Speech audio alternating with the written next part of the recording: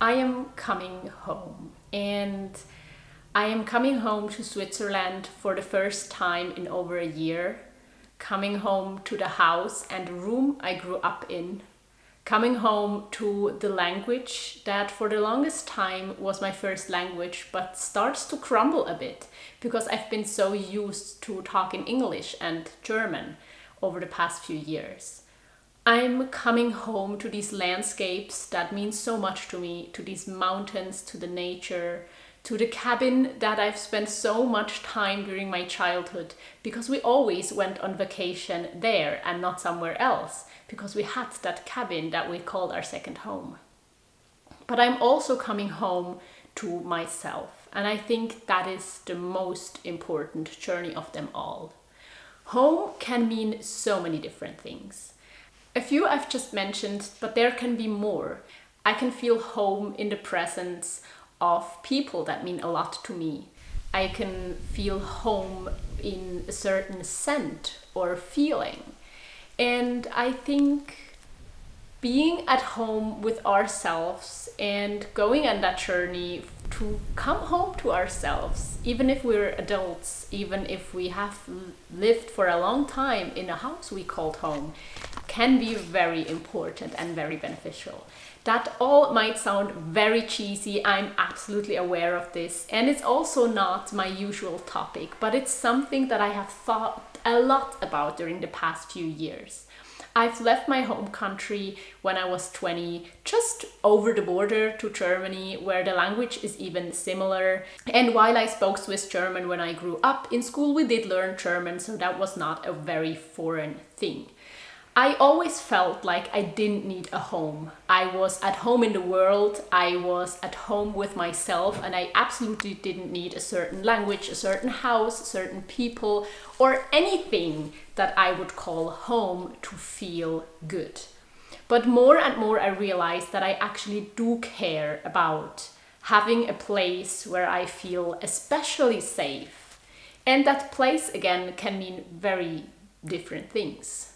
I feel more and more at home in our apartment that at first I wanted to leave as soon as possible for another one, but that's very difficult in the city I live in. And when it comes to languages, I am more and more at home in German and in English, even though these are not my first languages. I do have accents in both of them and I can't speak them completely perfectly.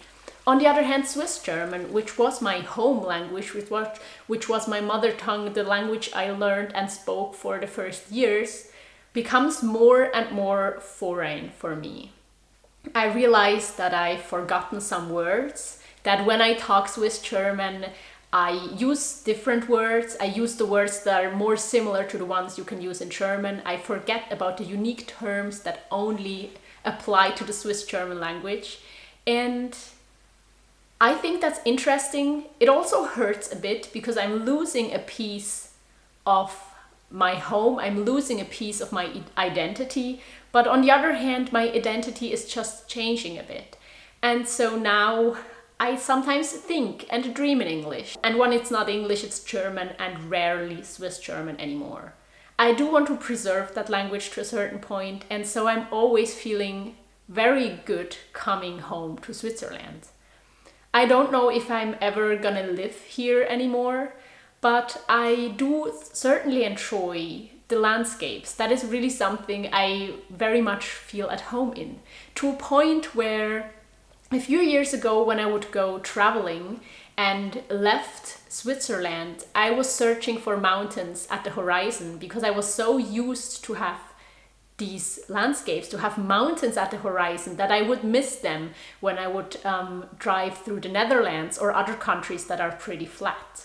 And that's told me, and it was a joke that my boyfriend and I had, but that really tells me that, yeah, we're used to certain things. We feel at peace with certain things, and a landscape can be home as well.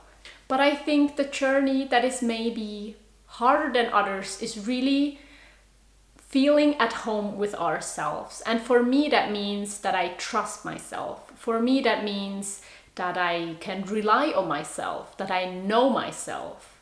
that I feel at peace with myself and my self-worth, my body, my belongings as well. And that is a journey I've really been on for the past few years. Minimalism was a huge part of me. Growing as a family, in a relationship as a mother, has been a huge part of that. Just thinking about what my values are, what the things are that are important to me, the guidelines to decisions I make in my life, the things I teach my son, these are things that I've learned on my journey to come home to myself. And I do think that that journey never ends, because we change, our relationship to ourselves changes. But I think it is a very, very important one, because feeling at home with ourselves is something that cannot, like nobody can do that for us. That's something we can only do for ourselves. Feeling at home in our bodies is something so valuable that I think it's worth pursuing. And I'm absolutely aware that I'm saying all of that out of a very privileged position. I have a body that is thin, that works well, does everything I want. I am also in a privileged position when it comes to finances, the country I grew up in, my skin color. I just say that because I know it can be different. Stereotypes can make it hard to feel at home and in peace with yourself if all the other people try to tell you things about yourself that are far from the truth, that are just stereotypes that have nothing to do with you. Spending some time here in Switzerland is something I don't want to miss. But also I still feel like the whole world can be a home for us. At least in places that are safe, in places that we can explore and also express ourselves in the way we want to. And so I'm just taking that time to try to learn even more about myself, to revisit places I've spent time in my childhood, to show my son our cabin in the mountains, and to just spend some time at home with me, at home with my family, at home in this country and with these landscapes. And now I would be really interested in hearing from you what you call home. What are things that really feel like home for you? Is it a language, a sound, a scent, a landscape, people, a home, a house? Let me know in the comments down below, and I do hope you like this video. If you did, you can give it a thumbs up to support my channel, and if you want to support it even further, you can think about becoming a member. You can find the button for that next to the subscribe button. And I also want to link you a video here and a playlist here that you can check out if you're interested, if you have time now. And I also hope to see you next time. Bye!